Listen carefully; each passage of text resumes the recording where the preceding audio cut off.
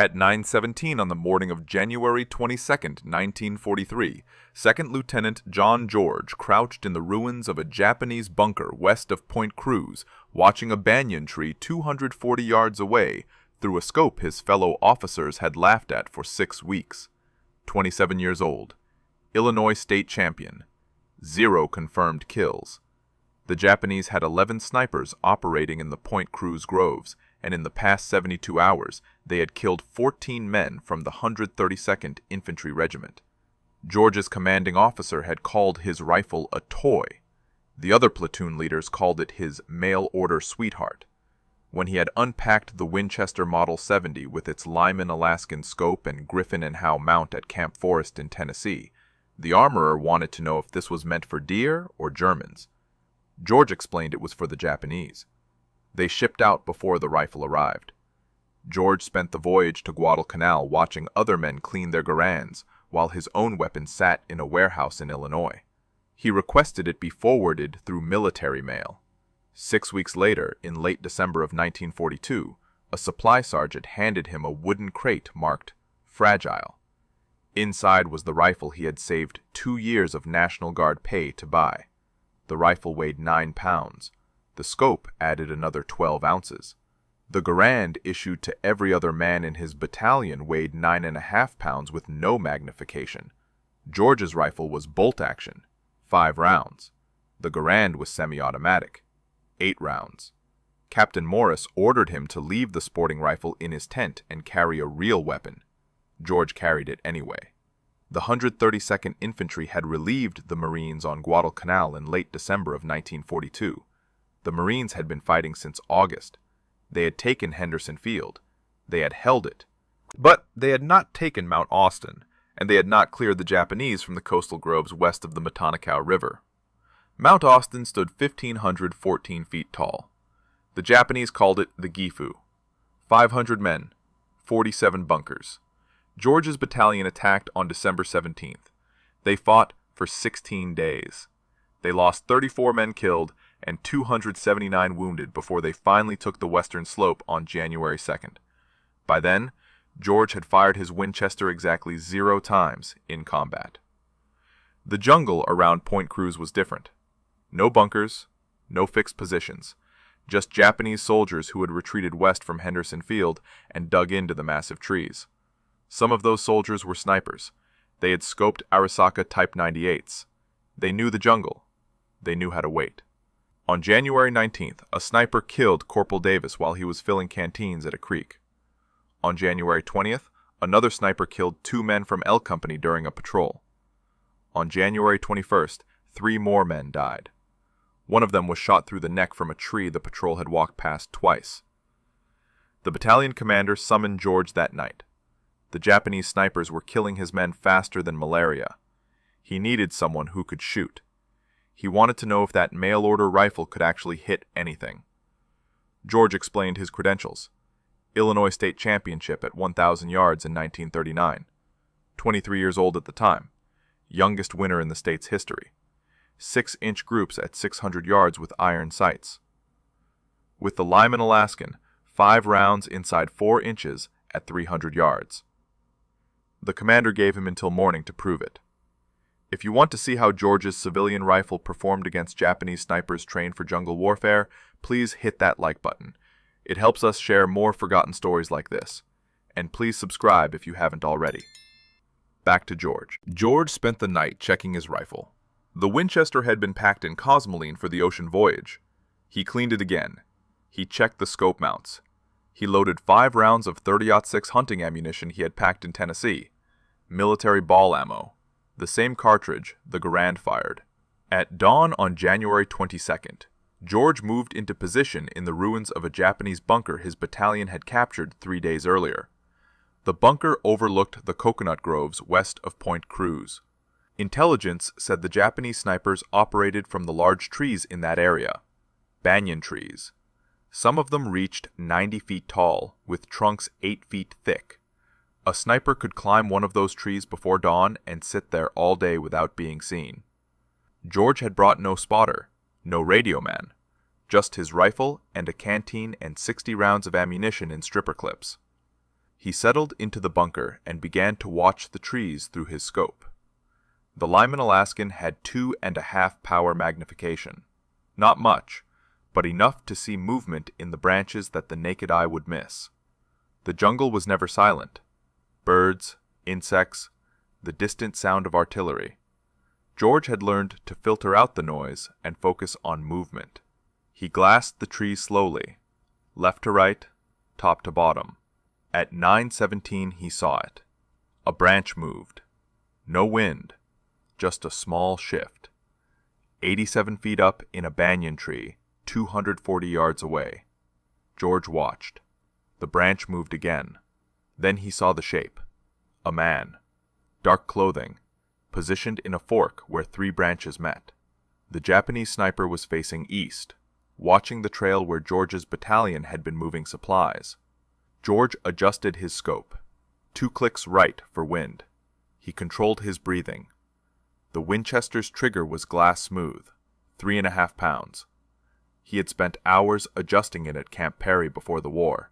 Now he would find out if a civilian target rifle could kill a man trained to kill him first. George squeezed the trigger. The Winchester kicked into his shoulder. The sound cracked through the jungle. 240 yards away, the Japanese sniper jerked and fell. He dropped through the branches. His body tumbled 90 feet and hit the ground near the base of the banyan tree. George worked the bolt. The empty cartridge ejected. He chambered another round. He kept his scope on the tree. Waited for movement. Nothing. The sniper's partner would be close. Japanese snipers worked in pairs, 1 shooter, 1 spotter. If George had just killed the shooter, the spotter was somewhere in that tree or in the trees nearby. George scanned the surrounding banyans. The scope's 2.5 power magnification forced him to search slowly. Each tree could hide multiple men. The jungle canopy created shadows that made shapes impossible to distinguish without careful observation. At 9:43, he found the second sniper. Different tree, 60 yards north of the first. This one was lower, maybe 50 feet up. The Japanese soldier was moving down the trunk, retreating. He had heard the shot and knew his position was compromised. George aimed, led the movement, fired. The second sniper fell backwards off the tree. His rifle clattered through the branches ahead of him. Both hit the jungle floor within seconds of each other. 2 shots, 2 kills. George reloaded his Winchester from a stripper clip. His hands were steady. His breathing was controlled. This was no different than shooting at Camp Perry, except the targets shot back. At 11:21, a Japanese bullet struck the sandbag 6 inches from George's head. The impact sprayed dirt into his face. He rolled left and pressed himself against the bunker wall. The shot had come from the southwest, different direction than the first 2 snipers. George waited 3 minutes before moving. He inched back to his firing position and glassed the trees to the southwest. The shooter would have moved after taking the shot. That was basic sniper doctrine: shoot and relocate. But in a jungle this dense, relocation options were limited. George found him at 11:38, third tree from the left in a cluster of 5 banyans, 73 feet up. The Japanese sniper had repositioned to a different branch, but remained in the same tree. A mistake. George put the crosshairs on the dark shape and fired. The third sniper fell without making a sound. By noon, George had killed 5 Japanese snipers. Word spread through the battalion. Men who had mocked his mail-order rifle now asked if they could watch him work. George refused. Spectators drew attention. Attention drew fire. The Japanese snipers adapted after the 5th kill. They stopped moving during daylight. George spent the afternoon glassing trees and seeing nothing. At 1600 hours, he returned to battalion headquarters. Captain Morris was waiting. The mockery was gone from his voice. He wanted George back in position at dawn. January 23rd began with rain. Heavy tropical rain that turned the jungle floor into mud and made the trees invisible beyond 100 yards. George sat in the bunker and waited for the weather to clear. The rain stopped at 08:15. By 08:45, enough visibility had returned for work. George spotted the first sniper of the day at 09:12. The Japanese soldier had climbed into position during the rain. Smart. The sound of rain masked movement. This sniper had chosen a tree 290 yards out, longer range than yesterday. Also smart. They were learning his capabilities. George compensated for distance and fired. The sniper fell. The sixth kill brought a response George had not anticipated. At 09:57, Japanese mortars began hitting the area around his bunker. They had triangulated his position based on muzzle flash or sound. The first rounds landed 40 yards short. The second salvo landed 20 yards short. The third salvo would hit the bunker. George grabbed his rifle and ran. He sprinted north along the tree line and dove into a shell crater as the third salvo hit. The bunker he had occupied moments before disappeared in explosions and flying debris. He relocated to a different position. A fallen tree 120 yards north of the destroyed bunker. The tree provided cover and a clear view of the groves. George settled in and resumed his watch. The Japanese sent more snipers that afternoon. They knew George was hunting them. They were now hunting him back. The dynamic had changed. This was no longer target shooting. This was a duel. At 14:23, George killed his 7th sniper. At 15:41, he killed his 8th. This one had climbed high, 94 feet up a banyan tree. Good concealment, but the height created a silhouette against the sky when the sun angle changed. At 1700 hours, Captain Morris sent a runner to bring George back. George had been in position for 9 hours. Morris wanted numbers. George reported 8 confirmed kills over 2 days, 12 rounds fired, 8 kills, 4 misses. Morris assigned George to continue sniper operations starting at dawn on January 24th. That night, George cleaned his Winchester and considered the mathematics. 11 Japanese snipers operating in the Point Cruz groves. 8 now dead, 3 remaining. Those 3 would be the best, the ones who had survived the longest. And now they knew exactly what George looked like and exactly what rifle he carried. George loaded his Winchester with 5 fresh rounds and tried to sleep. At 0300, he gave up and sat in his tent with the rifle across his lap. The rain started again at 04:15. By 05:30, it was heavy enough that dawn operations would be delayed. George used the time to move to a new position. Not the bunker, not the fallen tree. Somewhere the Japanese would not expect. He chose a spot 70 yards south of his previous position, a cluster of large rocks the Marines had used as a machine gun nest back in December. The position offered good cover and overlapping fields of fire into the groves. He settled in and waited for the rain to stop. At 07:43, the rain slowed to a drizzle. Visibility improved. George began glassing trees. At 08:17 on January 24th, he found sniper number 9. The Japanese soldier was positioned in a palm tree 190 yards out. Low, only 40 feet up. Unusual. Most snipers climbed high for better sight lines. This one had chosen concealment over elevation. The palm fronds created a natural hide that would be invisible from ground level. But George was not at ground level. He was elevated on the rocks. The angle gave him a view down into the fronds. He could see the dark shape of the sniper's shoulders and head. George aimed, controlled his breathing, began to squeeze the trigger. Then he stopped. Something was wrong. The position was too obvious, too easy. George had been hunting snipers for 3 days. He had killed 8 men. The remaining 3 would not make elementary mistakes. They would not position themselves where an elevated shooter could spot them. Unless it was bait. George lowered his rifle and scanned the surrounding trees. If the sniper in the palm was bait, the real shooter would be positioned to cover him, watching for anyone who took the shot, waiting for muzzle flash, ready to return fire. George glassed the trees methodically, left to right, top to bottom. He checked every tree within 300 yards of the palm. It took 11 minutes.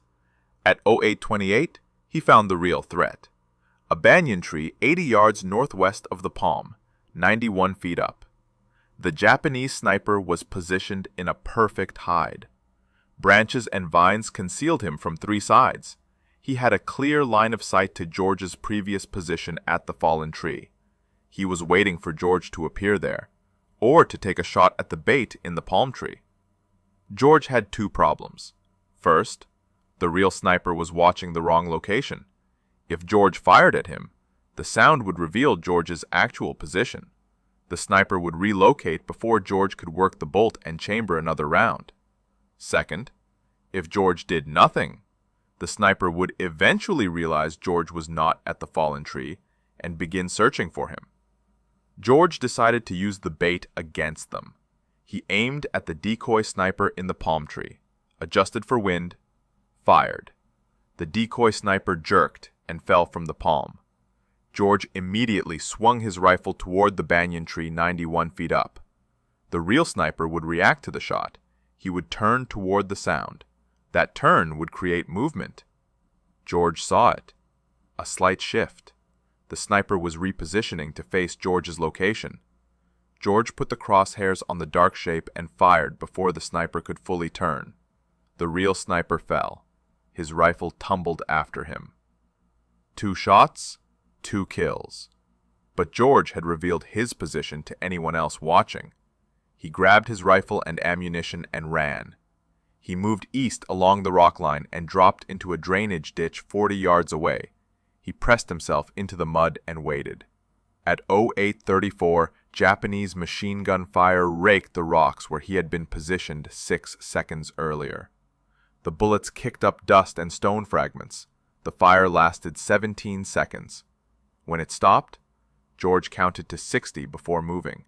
He relocated again, this time to a position 100 yards east, a shell crater partially filled with rainwater.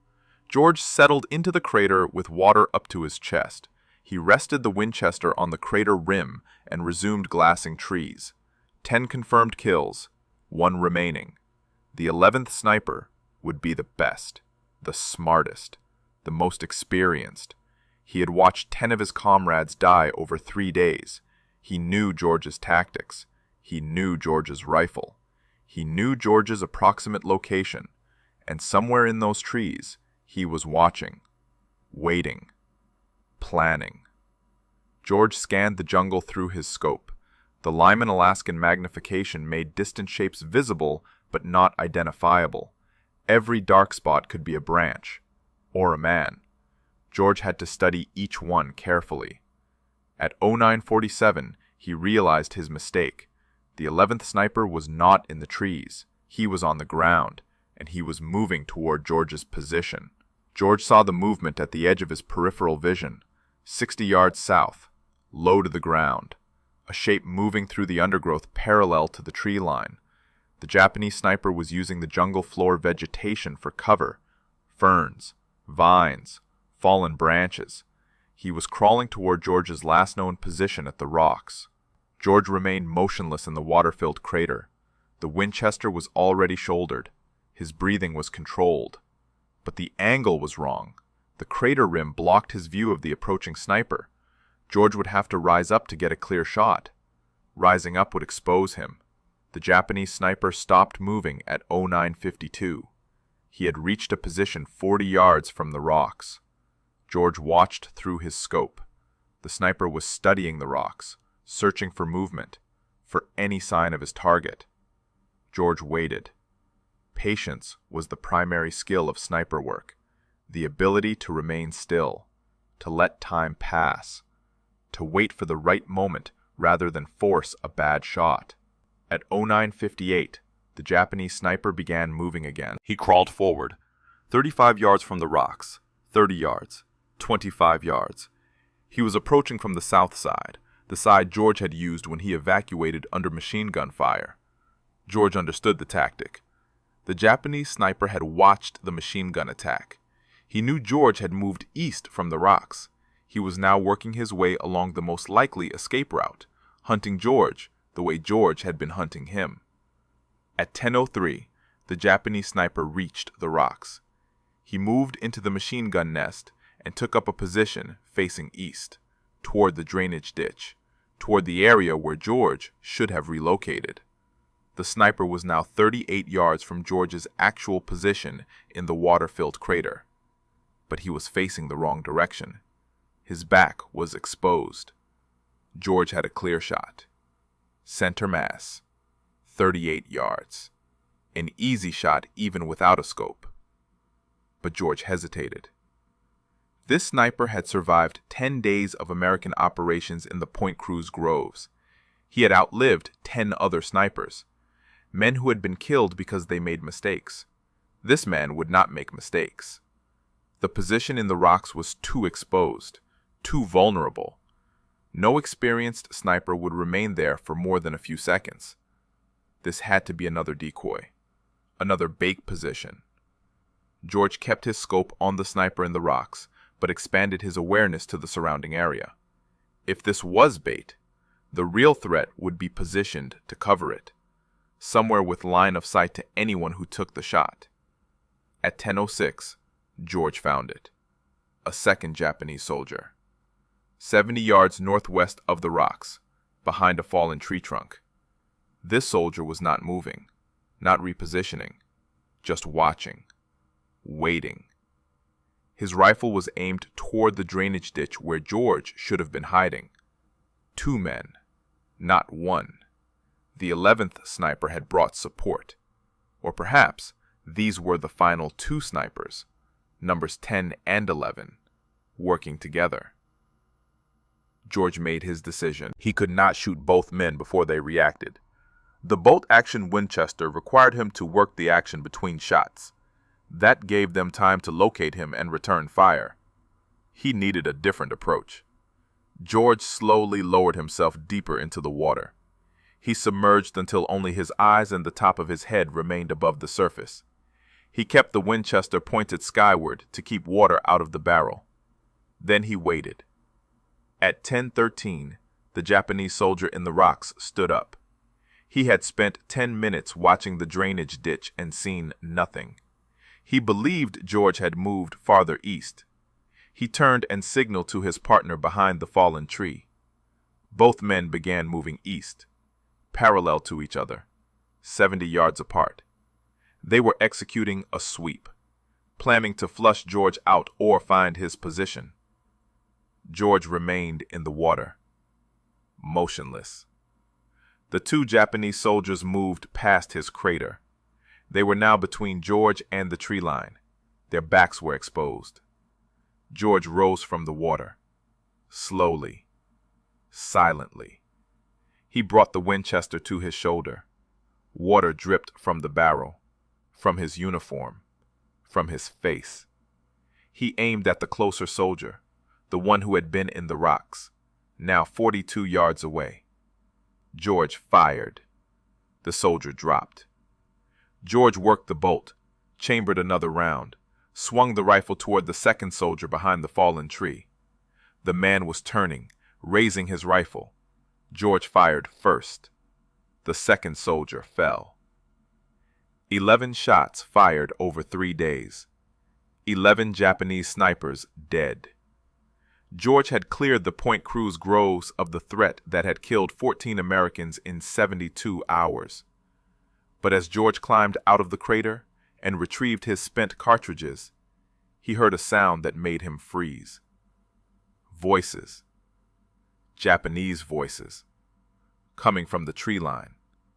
Multiple men, moving toward the fallen soldiers. George had killed the snipers, but the snipers had not been working alone. George dropped back into the crater. The water was cold, muddy. He submerged until only his eyes remained above the surface. The Winchester he held vertically to keep the barrel clear. The Japanese voices grew louder. At least 6 men, maybe more. They were moving toward the 2 dead snipers. George heard branches breaking, equipment rattling. These were not snipers. Infantry. A patrol or a recovery team sent to collect the bodies. George counted seconds.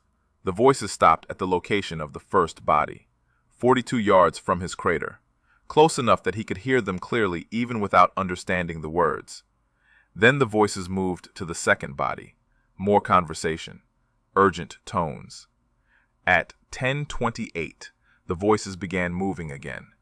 Not back toward the tree line, toward George's crater. They had found his tracks. Boot prints in the mud leading from the rocks to the crater. George had been careful about noise and movement. He had not been careful about tracks. George had 5 rounds in the Winchester, 6 Japanese soldiers at minimum. Poor odds for a bolt-action rifle. He considered his options. Stay hidden and hope they passed by, or fight. The voices grew closer. 30 yards, 25 yards, 20 yards. At 10:31, a Japanese soldier appeared at the crater rim. He was looking down, directly at George. Their eyes met. George fired from the water. The soldier fell backward. George worked the bolt while still submerged, chambered another round, rose up. 2 more soldiers were at the crater rim. George fired, worked the bolt, fired again. Both soldiers dropped. 3 rounds left. George could hear shouting. More soldiers moving toward him. He climbed out of the crater on the north side, away from the approaching voices. He ran 20 yards and dropped behind a fallen tree. Japanese rifle fire cracked through the jungle. Bullets struck the ground around the crater, around the fallen tree. The soldiers were firing at movement, at sound, not at confirmed targets. George stayed low. He glassed the area through his scope, saw movement. 2 soldiers advancing toward the crater, 50 yards out. George aimed at the lead soldier, fired. The soldier dropped. The second soldier dove for cover. 2 rounds left. George heard more voices behind him. The Japanese were flanking, one group approaching from the south, another from the east. George was about to be surrounded. He made his decision. He could not win a firefight with a bolt-action rifle against multiple soldiers with semi-automatic weapons. He needed to break contact, move back toward American lines. George grabbed his rifle and ran north. He sprinted through the jungle undergrowth. Vines caught his boots. Branches whipped his face. Japanese rifle fire followed him. Bullets snapped past, struck trees, kicked up dirt. George ran for 90 seconds before diving into another shell crater. This one was dry. He pressed himself against the crater wall and listened. The Japanese voices were distant now. They had not pursued. They were regrouping around their dead. George checked his rifle. Mud on the stock. Water still dripping from the barrel. He had 2 rounds left and no stripper clips. The clips were in his pack. The pack was somewhere near the water-filled crater. At 10:47, George began moving again. Not running. Walking. Staying low. Using the terrain for cover. He moved northeast toward the American lines. The jungle was quiet. No voices. No movement. Just the sound of his own breathing and the distant rumble of artillery. At 11:13, George reached the American perimeter. A Marine sentry challenged him. George identified himself. The sentry let him through. George walked to battalion headquarters and reported to Captain Morris. Morris wanted a full debrief. George provided it. 11 Japanese snipers killed over 4 days. 12 rounds fired against the snipers. 11 hits. Then a firefight with infantry. 3 more kills. 5 total rounds in that engagement. Morris asked about ammunition status. George was down to 2 rounds. Morris asked about the rifle. George said it was functional but needed cleaning. Mud in the action, water in the barrel. Morris told George to clean his rifle and rest. No operations tomorrow. The battalion was moving east. The Point Cruz groves were no longer a priority. The Japanese were evacuating Guadalcanal. Intelligence suggested they would complete the withdrawal within 2 weeks. George returned to his tent. He field-stripped the Winchester and spent 2 hours cleaning every component. Cosmoline and gun oil. Patches run through the barrel until they came out clean. He checked the scope mounts. Adjusted the eye relief. Loaded 5 fresh rounds. At 1400 hours, word came down from division headquarters. The battalion commander wanted to see George. George walked to headquarters wondering if Morris had filed a negative report. Unauthorized engagement, excessive ammunition expenditure, operating alone without support. Instead, he found Morris and 2 other officers waiting. One of them was Colonel Ferry, the regimental commander. Ferry had one question. Could George train other men to do what he had done? George said he could try, but it would require time, and rifles with optics, and men who could already shoot. Ferry said Division had 14 Springfield rifles with unirdle scopes, sniper rifles left behind by the Marines, and Ferry had 40 men in the regiment who had qualified as expert marksmen before deployment. Ferry wanted George to create a sniper section, train the men, develop tactics, clear any remaining Japanese snipers from American operational areas. George accepted, but he had one condition. He wanted to keep his Winchester. Ferry approved the request. George kept his Winchester Model 70. The 14 Springfield rifles with unirdle scopes went to the men George would train. Training began on January 27th. George had 40 men assembled at a makeshift range 2 miles east of Henderson Field. The men were expert marksmen on paper. They had qualified with iron sights at ranges up to 500 yards, but none of them had combat experience as snipers. None of them had killed a man from concealment. George started with the fundamentals: breathing control, trigger squeeze, reading wind. The Springfield rifles weighed 11 pounds with the unirdle scopes, heavier than the Garand, heavier than George's Winchester. The weight made the rifles stable but tiring to hold for extended periods. George taught them to use any available support: rocks, logs, sandbags. The jungle rarely offered perfect shooting positions. Snipers had to adapt to terrain and create stable platforms from whatever materials were available. Range training lasted 3 days. George had the men shoot at stationary targets from 100 to 400 yards, then moving targets, then targets partially concealed by vegetation. By January 30th, 32 of the 40 men could consistently hit man-sized targets at 300 yards under field conditions. George divided them into 16 two-man teams, shooter and spotter. The spotter carried binoculars and a Garand. His job was to locate targets and provide security while the shooter engaged. After each kill, the roles could switch. This kept both men proficient and prevented the single point of failure that came from relying on one shooter. On February 1st, George took 4 teams into the field. Their mission was to clear Japanese positions west of the Guadalcanal River. Intelligence indicated small groups of Japanese soldiers were still operating in that area. Not snipers, just infantry, stragglers who had not yet evacuated. The 4 teams moved into position at dawn. George paired with a spotter named Corporal Hayes. They set up on high ground overlooking a trail the Japanese had been using for resupply. At 0720, a Japanese soldier appeared on the trail. Hayes confirmed the target through binoculars. George fired. The soldier dropped. George worked the bolt and scanned for additional targets. None appeared. Over the next 6 hours, George's team engaged 7 more Japanese soldiers on that trail. 7 shots, 6 kills, 1 miss due to wind. The other 3 teams reported similar results.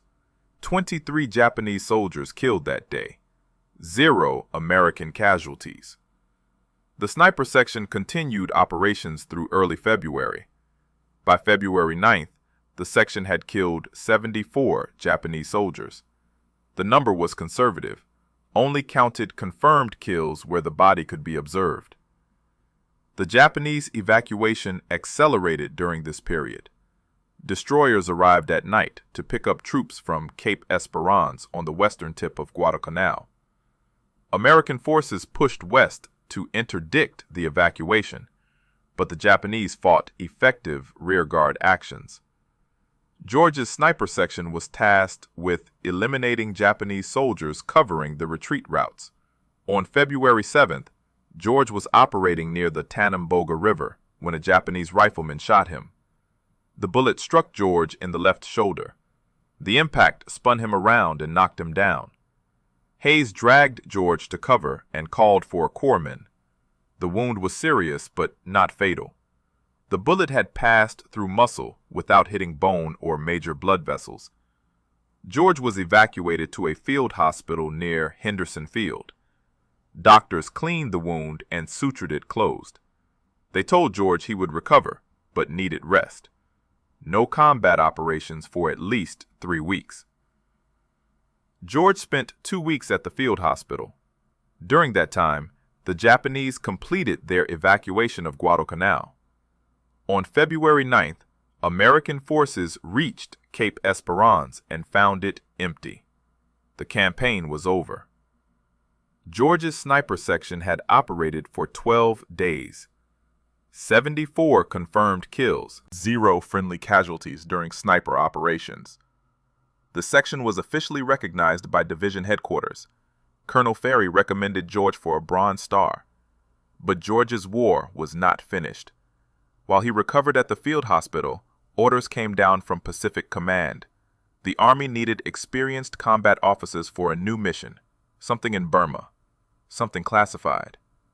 George volunteered. By March, George was on a transport ship heading west across the Pacific. His Winchester Model 70 was packed in a waterproof case in the cargo hold. The Lyman Alaskan scope was wrapped in oilcloth. George did not know the details of the Burma mission. He only knew it involved jungle warfare, long-range patrols, operations behind Japanese lines, the kind of mission where a man with a rifle that could hit targets at 600 yards might prove useful. The transport reached India on April 3rd. George and 200 other officers were briefed on their assignment. They would join a new unit. 3,000 men total. The unit had no official designation yet. The men called themselves something else. They called themselves Merrill's Marauders. The 5,307 Composite Unit was officially designated on May 28, 1943, but the men had been training since April. Long-range penetration tactics, jungle survival, operations without supply lines. The unit was modeled after British Brigadier Order Wingate's Chindits, small mobile forces that could operate deep behind enemy lines for extended periods. George was assigned to the 2nd Battalion. His role was not officially listed as sniper. The Army did not have formal sniper positions in its table of organization. George was designated as a rifle platoon leader, but Colonel Ferry's recommendation had followed him from Guadalcanal. Battalion command knew what George could do with a rifle. Training took place in central India. The terrain was different from Guadalcanal, but the principles remained the same. Heat, humidity, dense vegetation, limited visibility. The Burma jungle would be worse, steeper terrain, heavier rainfall, and an enemy that knew the ground better than any American force. George modified his equipment for the Burma mission. The Winchester Model 70 had performed well on Guadalcanal, but that had been short-range operations with regular resupply. Burma would involve patrols lasting weeks, hundreds of miles through jungle. Every ounce of weight mattered. George removed the Lyman Alaskan scope and replaced it with a lighter Weaver 330. The Weaver had the same 2.5 power magnification, but weighed 8 ounces less. He also replaced the wooden stock with a lighter synthetic version. The modifications reduced the rifle's weight from 9 pounds 12 ounces to 8 pounds 14 ounces. Not much, but over a 2-week patrol carrying 60 pounds of equipment, every ounce mattered. The Marauders entered Burma in February of 1944. Their mission was to advance through northern Burma and capture the Mitkeena airfield. The airfield was critical for Allied supply routes into China. Japanese forces controlled the area with approximately 4,000 troops. The Marauders would approach overland, through terrain the Japanese considered impassable for large forces. Mountains, rivers, dense jungle, no roads, limited trails. The force would carry all supplies on their backs or with pack mules. No motorized transport, no artillery support, just rifles and mortars and the ability to move fast through impossible terrain. George's battalion began the march on February 24th. The first week covered 83 miles through mountainous jungle. Men collapsed from exhaustion. Malaria cases increased daily. The pack mules struggled with the terrain. Several had to be shot when they broke legs on steep descents. By March, the battalion had covered 217 miles. They had engaged Japanese forces 12 times, small skirmishes, ambushes. Quick firefights followed by rapid withdrawal. The Marauders were not meant to hold ground. They were meant to move, to harass, to cut supply lines and create chaos behind Japanese positions. George used his Winchester 3 times during the march, once at 412 yards against a Japanese officer directing troops at a river crossing, once at 380 yards against a machine gun position, once at 290 yards against a sniper who had pinned down a marauder patrol. 3 shots, 3 kills. George never fired more than once per engagement. The Winchester's report was distinctive, different from the Garand's sharp crack. 1 shot announced his presence. A 2nd shot would give the Japanese time to locate him. George learned to shoot and move immediately. The march to Myitkyina took 3 months. By late May, the marauders had covered over 700 miles. They had lost more men to disease than combat: malaria, dysentery, typhus. The unit that entered Burma with 5,300 men was down to fewer than 3,000 effectives. On May 17th, the marauders captured Myitkyina airfield. The operation was a success, but the cost had been severe. The unit was combat ineffective, too many casualties, too many sick, too much time in the jungle without rest or proper medical care. George survived the Burma campaign. His Winchester survived, but the rifle that had proven so effective on Guadalcanal had been used only 7 times in 3 months of operations. The marauders rarely engaged in the kind of long-range precision shooting that required a scoped rifle.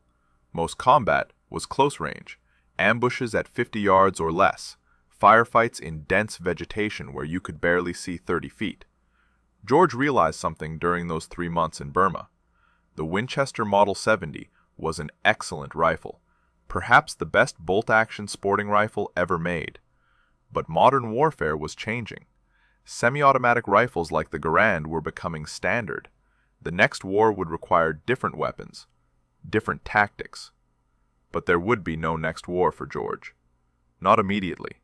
By June of 1944, he was evacuated from Burma with the rest of the marauders. The unit was disbanded. George was reassigned to training duties in the United States.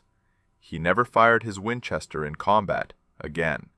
George returned to the United States in July of 1944. The Army promoted him to captain and assigned him to Fort Benning, Georgia. His job was training infantry officers in marksmanship and small unit tactics. He taught the lessons he had learned on Guadalcanal and in Burma: how to move through jungle terrain, how to identify and engage targets at distance, how to operate independently without supply lines. He kept his Winchester Model 70. The rifle had traveled from Illinois to Tennessee to Guadalcanal to India to Burma to Georgia. It had killed at least 14 enemy soldiers in confirmed engagements. Probably more. George had stopped counting after Burma. The rifle sat in a footlocker in his quarters at Fort Benning. George rarely looked at it. The war had changed. The Pacific Islands were being retaken one by one. American forces were advancing through France and into Germany. The need for individual marksmen with privately owned rifles was fading. The military was standardizing. Mass production. Interchangeable parts. Soldiers with identical equipment and identical training. George understood the necessity. Modern warfare required industrial scale. But something was being lost. The individual skill. The craftsman approach to soldiering. The idea that a man with the right rifle and the right training could change the outcome of a battle. George was discharged from the Army in January of 1947. Lieutenant Colonel. 2 Bronze Stars, 1 Purple Heart. Combat Infantry Badge. He returned to Illinois and enrolled at Princeton University on the GI Bill. He studied politics. Graduated with highest honors in 1950. After Princeton, George spent 4 years at Oxford, then 4 years in British East Africa, studying regional politics and institutions. He eventually settled in Washington, D.C. as executive director of the Institute of African American Relations. Later, he joined the State Department's Foreign Affairs Institute as a consultant and lecturer on African affairs. George never spoke publicly about Guadalcanal or Burma during those years. He had colleagues who knew he had served in the Pacific, but they did not know about Point Cruz. They did not know about the Japanese snipers.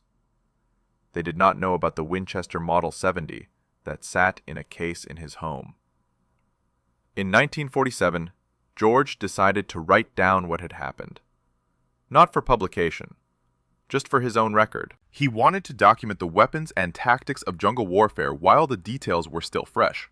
He wrote for 6 months. The manuscript grew to over 400 pages. A friend at the National Rifle Association read the manuscript and suggested publication.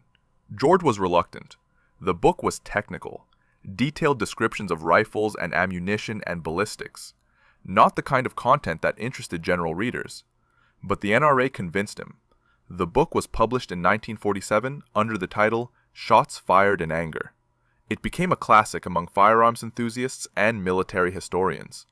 The book described George's experiences on Guadalcanal and Burma with clinical precision.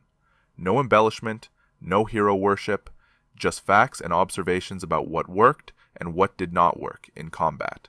The book is still in print today, still used as a reference by collectors and historians studying World War II small arms. George's descriptions of Japanese weapons remain some of the most detailed contemporary accounts available. George lived to see the United States fight 3 more wars: Korea, Vietnam, the Gulf War. He watched the evolution of military rifles from the Garand to the M14 to the M16. He watched sniping become a formal military specialty with dedicated training and equipment. He watched the lessons of World War II being relearned and refined by new generations of soldiers. John George died on January 3, 2009. He was 90 years old. The Winchester Model 70 that had killed Japanese snipers on Guadalcanal was donated to the National Firearms Museum in Fairfax, Virginia. It sits in a display case with a placard describing its history. Most visitors walk past without stopping. It looks like any other vintage hunting rifle, but it is not. It is the rifle that proved a state champion marksman with a mail-order scope could outshoot professionally trained military snipers. The rifle that cleared the Point Cruz groves in 4 days when an entire battalion could not do it in 2 weeks.